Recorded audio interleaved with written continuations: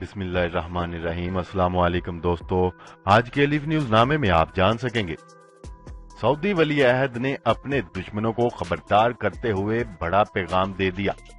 उनका कहना है कि जंग नहीं चाहते, खतरा से निपटने के लिए किसी किस्म के इकदाम से नहीं हिचकिचाएंगे। मसला कश्मीर को कश्मीरियों की ख्वाहिश के मुताबिक हल होना चाहिए। हट धर्मियों पर मबनी पॉलिसी को मुकम्मल तौर पर मुस्तरद करते हैं। शेर इस्लाम तुर्क सदर रजब तैयब एर्दोगान ने दुनिया को अपना फैसला सुना दिया।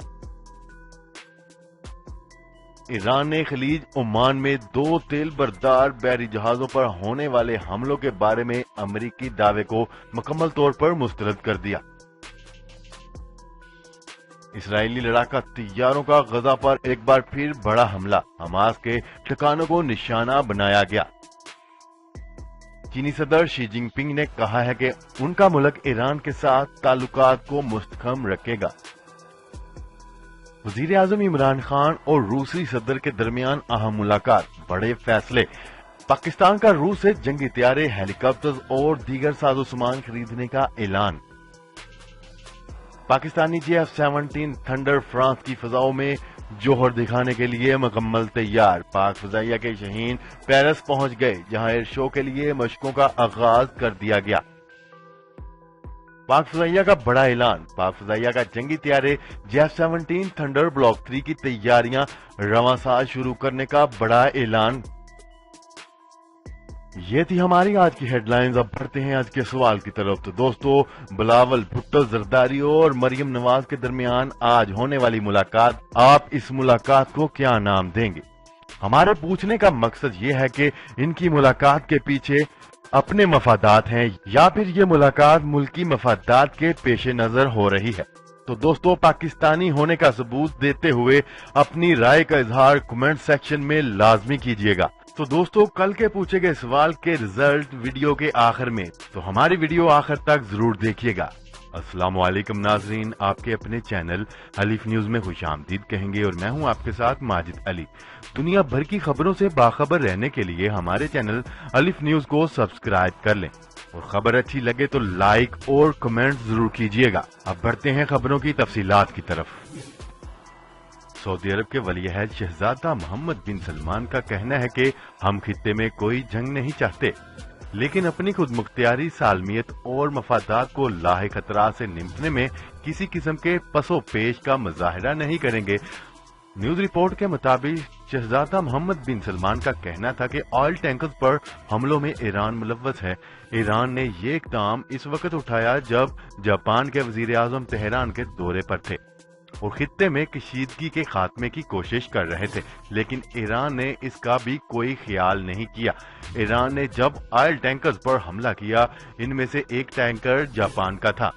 शहजादा मोहम्मद बिन सलमान का कहना है कि हम खित्ते में कोई जंग नहीं चाहते, लेकिन हम अपने शहरियों, खुद मुख्तारी सालमियत और मफादात को लाहिक खतरे से निपटने में किसी किस्म के इकदाम से पीछे नहीं हटेंगे।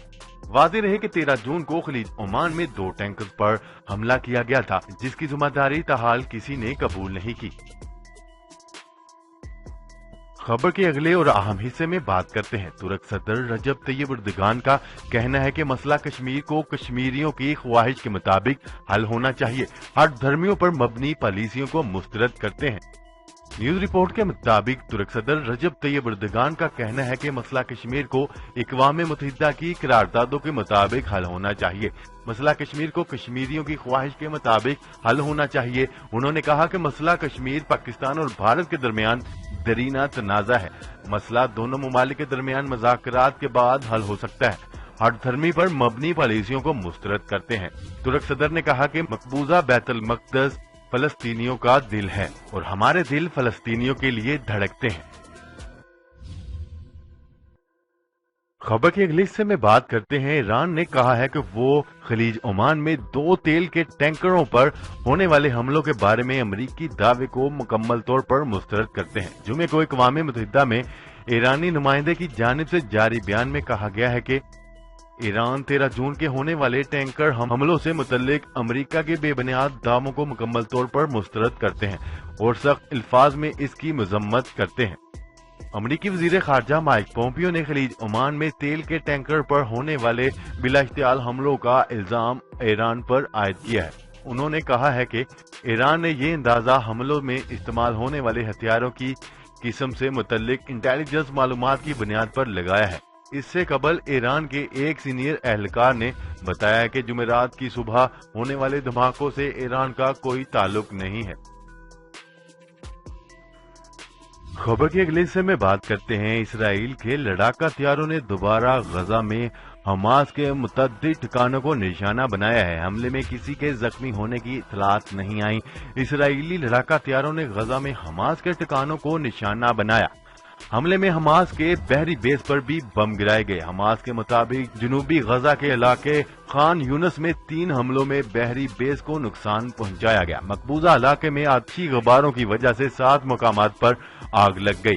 اسرائیل نے غزہ کی بحری حدود بڑھانے کا فیصلہ واپس لیتے ہوئے اسے ماہی گیری کے لیے مکمل طور پر بند کر دیا ہے۔ خبر کے اگلے حصے میں بات کرتے ہیں۔ چینی صدر شی جن پنگ نے کہا ہے کہ ان کا ملک ایران کے ساتھ تعلقات کو مستحکم رکھے گا۔ تفصیلات کے مطابق کرغزستان کے دارالحکومت بشکیک میں چینی صدر کی ایرانی وزیر اعظم سے ملاقات ہوئی، جس کے بعد شی جن پنگ کا یہ اہم بیان سامنے آیا ہے۔ چینی صدر کا کہنا ہے کہ خطے میں تبدیل ہوتے ہوئے حالات کے باوجود چین ان تعلقات کے استحکام کے لیے سرگرم ہے۔ دونوں صدر بشکیک میں شنگھائی کوآپریشن تنظیم کے سربراہ اجلاس میں شریک تھے۔ چینی صدر کا یہ بیان اس وقت سامنے آیا جب امریکہ کی جانب سے خلیج عمان میں آئل ٹینکروں پر حملے کا الزام عائد کیا گیا ہے۔ اس حملے کے بعد عالمی منڈیوں میں تیل کی قیمتوں میں اضافہ دیکھا گیا ہے۔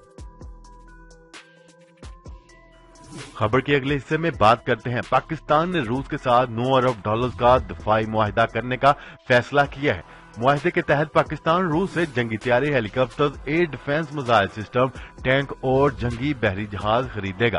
روسی خبرساز ادارے کے مطابق پاکستان روس سے اربوں ڈالر کا دفاعی معاہدہ کرنے کا خواہاں ہے۔ اسی حوالے سے وزیر اعظم عمران خان اور روسی صدر ولادیمیر پوٹن کے درمیان ہونے والی ملاقات سے پہلے وزیر اعظم عمران خان نے روسی ٹی وی کو انٹرویو دیتے ہوئے کہا تھا کہ پاکستان روس کے ساتھ دفاعی معاہدے کرنا چاہتا ہے۔ پاکستان روس سے 9 ارب ڈالر کی اور جنگی طیارے، helicopters, air defence missile system, tank اور جنگی بحری جہاز خریدنے کا خواہاں ہے، جبکہ روس بھی پاکستان کے ساتھ اس دفاعی معاہدے کی تکمیل کا خواہاں ہے۔ خبر کے اگلے حصے میں بات کرتے ہیں۔ پاکستانی JF-17 تھنڈر فرانس کی فضاؤں میں جوہر دکھانے کو تیار۔ پاکستانی فضائیہ کے شاہین پیرس پہنچ گئے، جہاں ایئر شو کے لیے مشقوں کا آغاز کر دیا گیا۔ پاکستان JF-17 تھنڈر پیرس میں دنیا کے سب سے بڑے ایئر شو میں مداحوں کا خون گرمائیں گے۔ 53ویں ایئر شو میں شرکت کے لیے پاکستانی لڑاکا ہتھیاروں نے مشقوں کا آغاز کر دیا۔ ایئر شو لابورج پیرس میں 17 سے 23 جون تک ہوگا۔ ترجمان پاک فضائیہ کے مطابق ایک پاکستانی JF-17 تھنڈر فضاؤں میں کرتب دکھائے گا، جبکہ 2 زمین پر شائقین اور خریداروں کی توجہ کا مرکز بنیں گے۔ خبر کے اگلے اور اہم حصے میں بات کرتے ہیں۔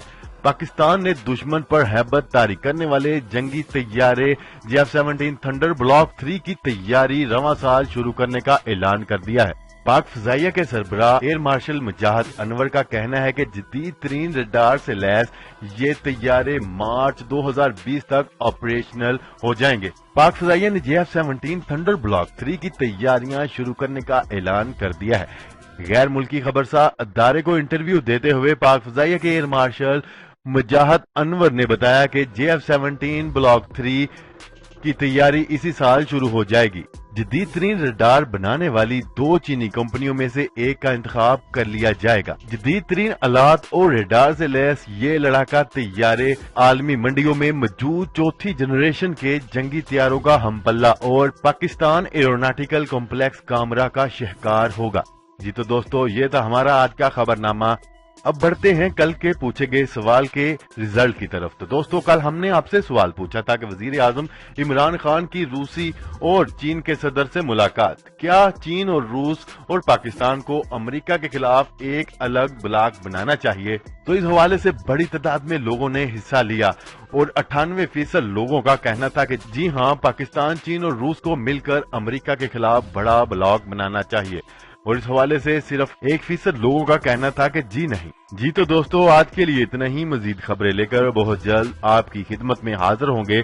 तब तक के लिए अपना ख्याल रखिएगा। अल्लाह निगहबान। पाकिस्तान जिंदाबाद, पाकिस्तान आर्मी जिंदाबाद और आखिर में पाकिस्तान के गुमनाम हीरोज को सलाम।